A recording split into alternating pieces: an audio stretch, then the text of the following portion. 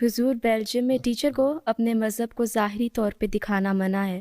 میں ٹیچر بن رہی ہوں اور میرا سوال یہ ہے کہ میں پڑھاتے ہوئے اپنے مذہبی ویلیوز کو کیسے انکارپوریٹ کر سکتی ہوں تاکہ میں اپنے اسٹوڈنٹس اور کو فیلوز کو اپنا مذہب بہتر سمجھا سکوں۔ ظاہر ہے کلاس میں جو ٹیچر پڑھا رہی ہو تو اس کو اپنا چہرہ دکھانا پڑے گا، ٹھیک ہے، اس کے بغیر تو ان کو سمجھ نہیں آئے گی۔ اور سیکنڈری اسکول میں پڑھانا ہے یا پرائمری اسکول میں پڑھانا ہے؟ پرائمری اسکول میں۔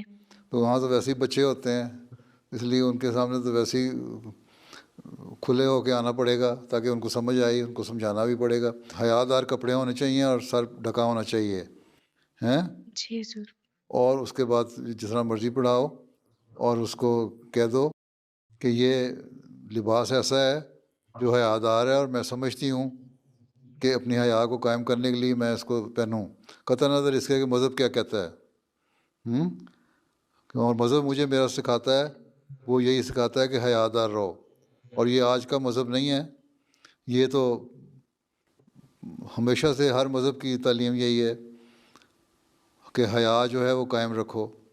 حضرت موسیٰ جب گئے تھے ہجرت کر کے اپنے علاقے سے مدین میں، تو وہاں جب وہ دو لڑکیاں کھڑی تھیں، وہ حیا کی وجہ سے مردوں میں نہیں جا رہی تھی نا پانی پلانے کے لیے اپنے جانوروں کو، ٹھیک ہے، جی حضور۔ ان میں حیا تھی، اور انہوں نے کہا ہم جب تک یہ مرد نہ ہٹیں ہم پانی نہیں پلا سکتی، ہم ان میں مکس نہیں ہو سکتی۔ تو حضرت موسیٰ نے پھر ان کے جانوروں کو پانی پلا دیا اور وہ اپنے جانور لے کے چلی گئیں۔ اس کے بعد پھر آگے قرآن شریف میں ذکر ہے کہ ایک ان میں سے حیا سے شرماتی ہوئی آئی اور اس نے کہا میرا باپ تمہیں بلا رہا ہے، اور وہاں بھی حیا کا ذکر ہے۔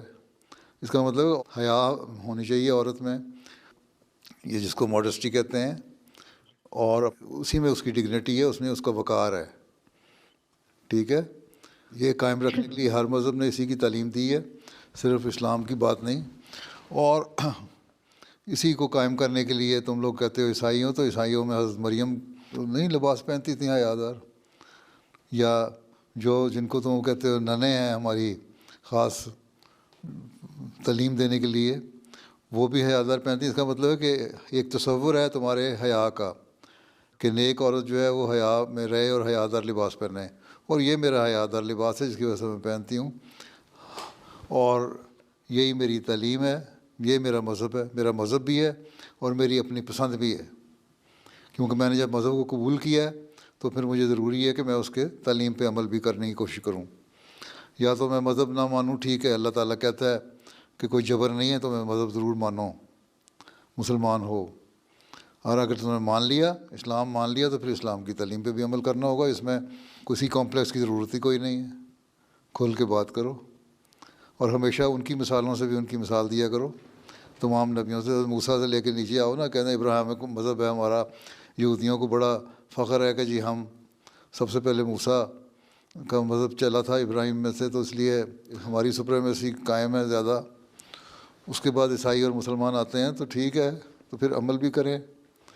تو ہم تو اپنے مذہب پہ عمل کرنے والے ہیں، ٹھیک ہے، کوئی کمپلیکس نہیں ہے، جرأت پیدا کرو اور کھل کے بتایا کرو۔ ہاں اگر تمہارے عمل وہ نہیں ہے جو تمہارا مذہب کہتا ہے تو پھر تمہیں شرم آنی چاہیے۔ اگر نمازیں نہیں پڑھتی 5 وقت، اگر اچھے اخلاق نہیں ہیں، لوگوں سے اچھے طور پہ نہیں ملتی، لوگوں کا حق نہیں ادا کرتی، اور اپنے جو فرائض ہیں ان کو صحیح طرح انجام نہیں دیتی، تو اس پہ تو شرم آنے والی بات ہے۔ مذہب کے اظہار پہ تو شرم آنا نہیں چاہیے۔ اگر اچھی ٹیچر ہو، بچے خوش ہیں، اچھے اخلاق ہیں، تمہارے فیلو سٹاف ممبر تمہارے سے خوش ہیں، تو پھر کوئی مسئلہ ہی کوئی نہیں، جی ٹھیک۔ جزاک اللہ حضور۔